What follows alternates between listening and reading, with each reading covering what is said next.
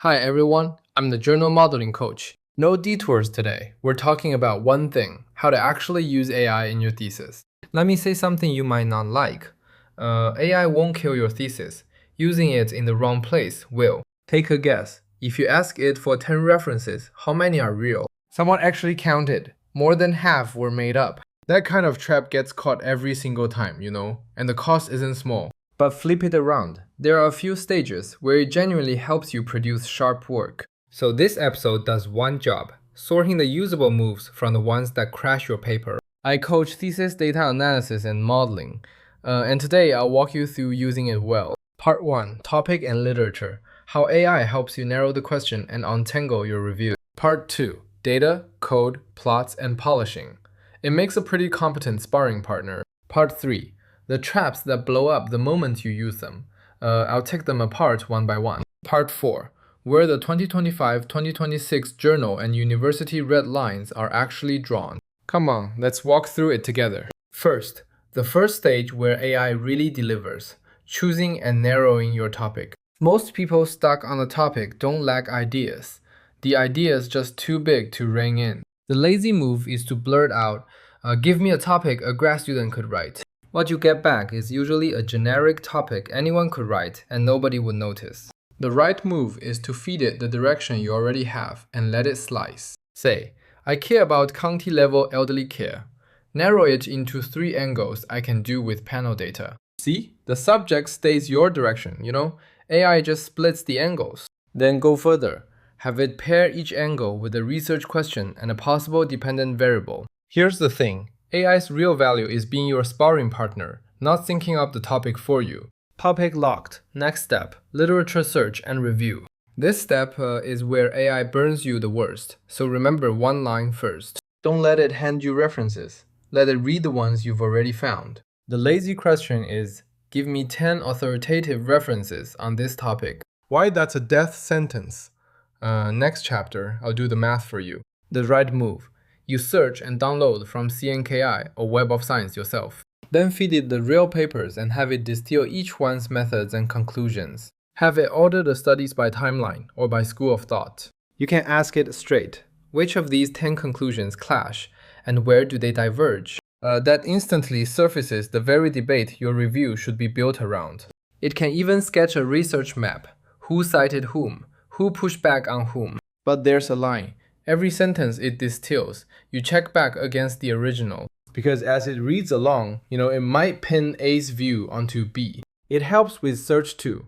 Have it expand a set of synonymous search terms. Like digital inclusive finance, it'll give you a whole string of variants. But the actual searching is on you, in the database.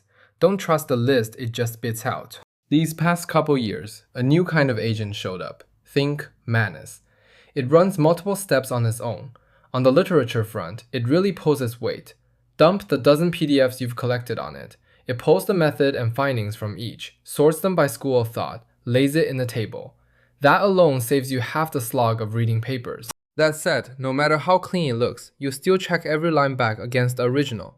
It'll just as easily ping A's view onto B or twist what was said, and the citations are on you to own. Remember this chapter's line. AI as reader and sparring partner. Right. AI as database and source of references.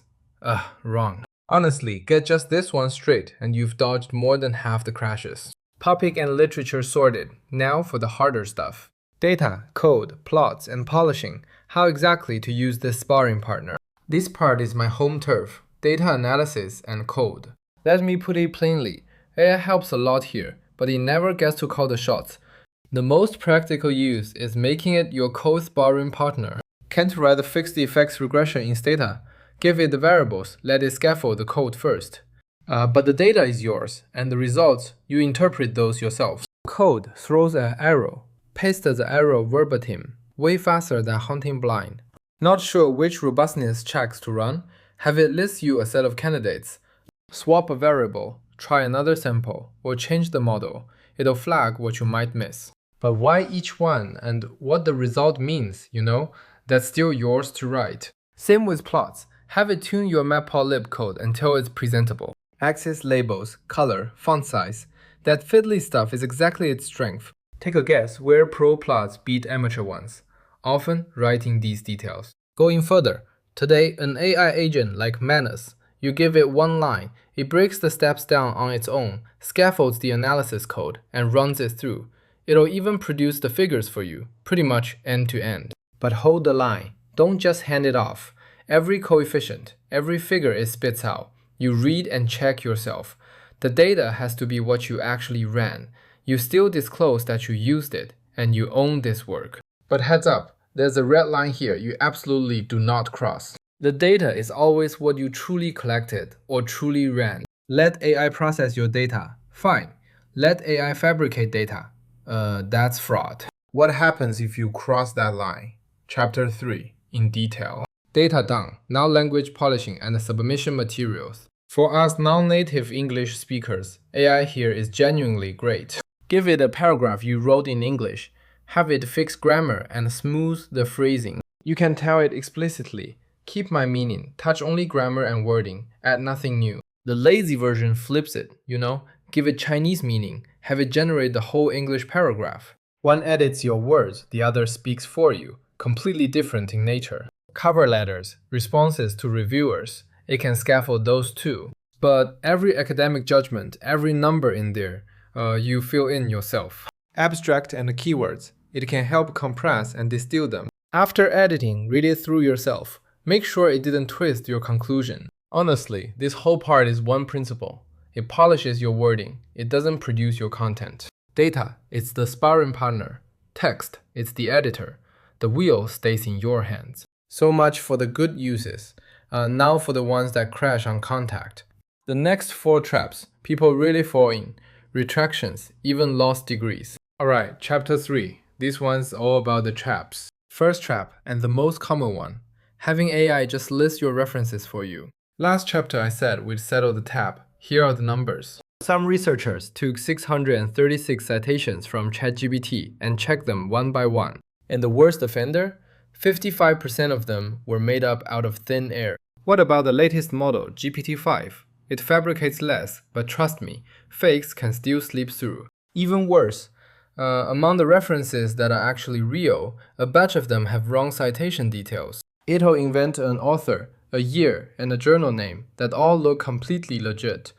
It'll even cook up a DOI, and unless you click it, you'd never spot the flaw. But the moment your advisor spot checks it, or a reviewer runs a quick search, busted every time. Here's a true story. There was a professor at Stanford who studies misinformation for a living. He wrote an expert declaration for a court, used AI to help, and it planted 2 references that don't exist at all. The judge threw his declaration out on the spot. The expert tripped up in his own field. Second trap, having AI generate whole paragraphs of your body text. You think no one will know, but actually, the traces are painfully obvious.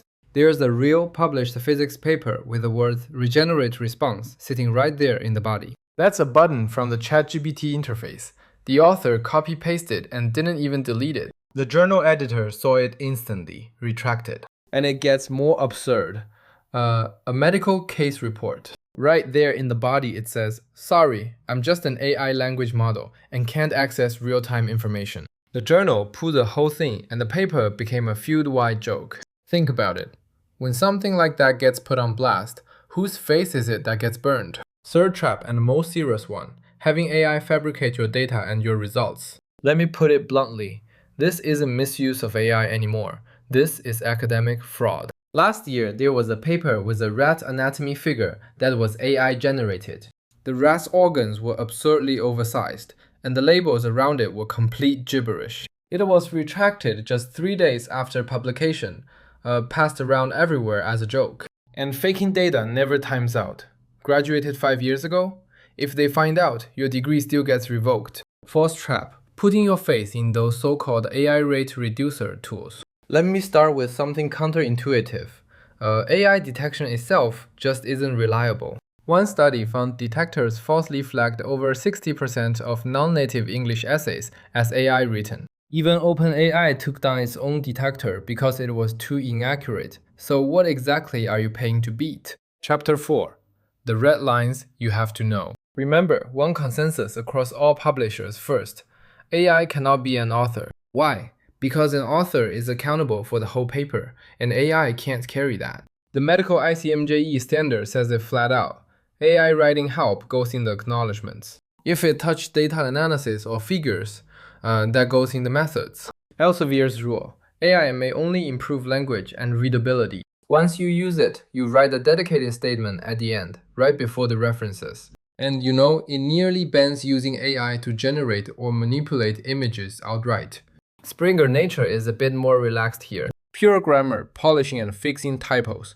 You don't have to declare it. But the moment generated content is involved, it must go in the methods. Science is the strictest and the firmest about it. Cover letter, acknowledgements, methods, all three must spell out how you used it. Even which tool, which version, which prompt, you know, all disclosed. Break the rule, and it's handled as research misconduct. IEEE, where engineers often submit, wants it in the acknowledgement section. Which AI, in which section, to what extent, all spelled out. Notice it. The rules vary in strictness, but the underlying logic is one line. Using it, fine, but you say so. Hiding it, that's where the real trouble starts. Domestically, from 2025 on, you've got to be even more alert. The academic degrees law took effect this New Year's Day. In black and white, ghostwriting, plagiarism, fabrication, the degree can be revoked. And during the draft review, AI ghostwriting was singled out by name.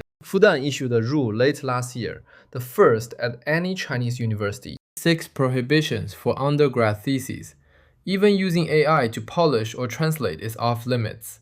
The China Institute of Scientific and Technical Information also issued an AIGC boundary guide. Very detailed. Check for allowed, cross for forbidden, you know, and it wants you to label it. So the safest move is to read your target journals and schools' specific rules before you start. If you used AI, just declare it honestly where it belongs. It's a one-line job. I mean it. Disclosing it yourself isn't embarrassing. Getting exposed is. Okay, full loop done. Let me boil it down to a few lines. Topic and literature. Let AI be sparring partner and reader, just not your database. Data and code. Let it be the sparring partner that assists. You hold the wheel. Language polishing. Let it edit your words. Don't let it speak for you. References. Never let it generate them. Data and results. Never let it fabricate them. Those AI rate reducers. Save your money. They were never reliable to begin with. Just remember one master switch, and the rest is easy. AI helping you think clearer and write smoother, no problem. AI making your judgments and manufacturing your content, absolutely not. Bottom line, a thesis is worth lies in the fact that you thought it up. However strong AI gets, you can't replace your understanding of the problem itself. Before you use it, spend 10 minutes reading your journals and school's rules. After you use it, declare it openly where it belongs. If this episode cleared things up, drop a like so I know. Data analysis, modeling, submissions. Got a specific question? Let's talk in the comments. I'm the journal modeling coach. See you next time.